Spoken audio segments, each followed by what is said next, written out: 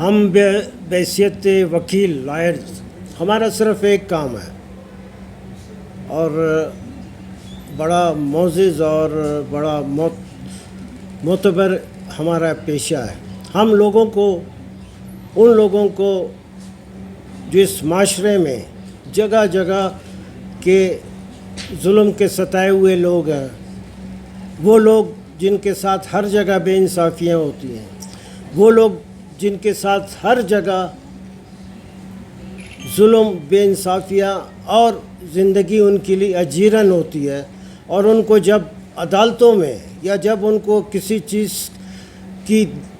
طلب ہوتی ہے، انصاف کی، یا ظالم کے گلے پہ ہاتھ ڈالنے کی بات ہوتی، تو ہونا تو یہ چاہیے کہ سیاسی جماعتیں ان مظلوم لوگوں کے لیے آواز اٹھائیں. مگر یہ ایک تلخ حقیقت ہے کہ جب بھی اس ملک میں مارشل لا لگا، ڈکٹیٹر آ کر بیٹھے، بہت بدترین ظالم قسم کے ڈکٹیٹر آ کے بیٹھے، پھر میں یہ عرض کرتا ہوں کہ یہ سیاسی جماعتوں کا کام تھا کہ ان کے خلاف آواز اٹھاتے، ان کے خلاف جدوجہد کرتے. مگر یہ حقیقت ہے، ایوب خان سے لے کے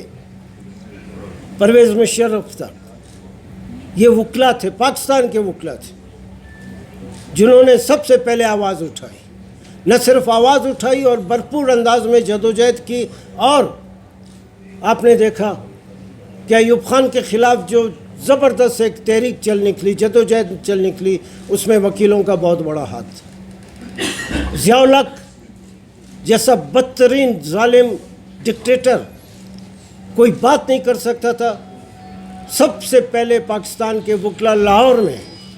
3,500 اور 4,000 کی تعداد میں ہم سارے وہاں پہ جمع ہوئے، ہم سارے وہاں موجود تھے، اور ہم نے اس ڈکٹیٹر کو للکارا اور اس کے خلاف لوگوں کو موٹیویٹ کرنے کے لیے جو ہمارے بس میں تھا وہ ہم نے اپنی ساری قوت اور ساری جدوجہد کو ہم نے ایک رخ دیا. بعد میں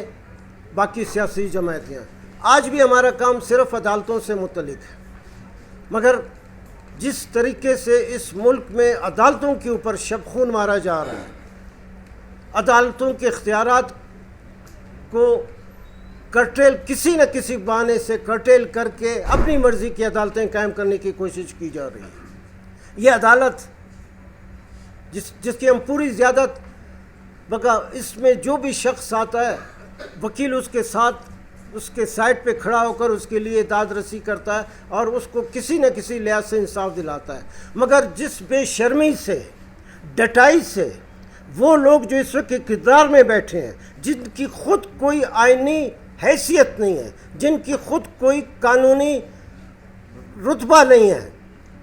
عام شہری سے بھی اگر آپ پوچھیں تو وہ کہتا ہے کہ جو اس وقت اقتدار میں بیٹھے ہوئے وہ فارم 47 کی پیداوار ہے. یہ ایک غیر آئینی اور غیر قانونی ایک گورنمنٹ ہے. مگر وہ بضد ہے کہ وہ اس ملک کے آئین جس طرح بھی ہے، حالانکہ آئین جیسے بھی ہمارے کراچی میں ہمارے دوستوں نے کہا، حریفال صاحب نے کہا، راہب صاحب نے کہا کہ یہ آئین عام لوگوں کو ابھی تک ان کے بنیادی حقوق کے حوالے سے کوئی ریلیف نہیں دے سکا. یہ بلوچستان ہے، وہ پختونخوا ہے، اور پنجاب میں ہزاروں کی تعداد میں لوگ مسنگ پرسن کی لسٹ میں ہیں. مگر یہ عدالتیں کسی کو کوئی انصاف نہیں مل سکا. مگر پھر بھی ہم کہتے ہیں کہ نہیں، جدوجہد ہے، ہم وکلا کی جدوجہد ہے، لوگوں کی سول سوسائٹی کی جدوجہد ہے. یہ ایک رخ لے گا اور ایک بہت خوبصورت انداز میں یہ عدالتیں سامنے آئیں گی. مگر ان میں جس طریقے سے آئینی ترامیم کو لایا جا رہا ہے، وہ آئینی ترامیم جس کو ہم لاہور میں ابھی ریسنٹلی ہم نے لائرز کنونشن کیا، پشاور میں کیا، اسلام آباد میں کیا، اور 2 دن پہلے کراچی میں بڑے کامیاب لائرز کنونشنز ہم نے کی. اس میں ہم کراچی کے لائرز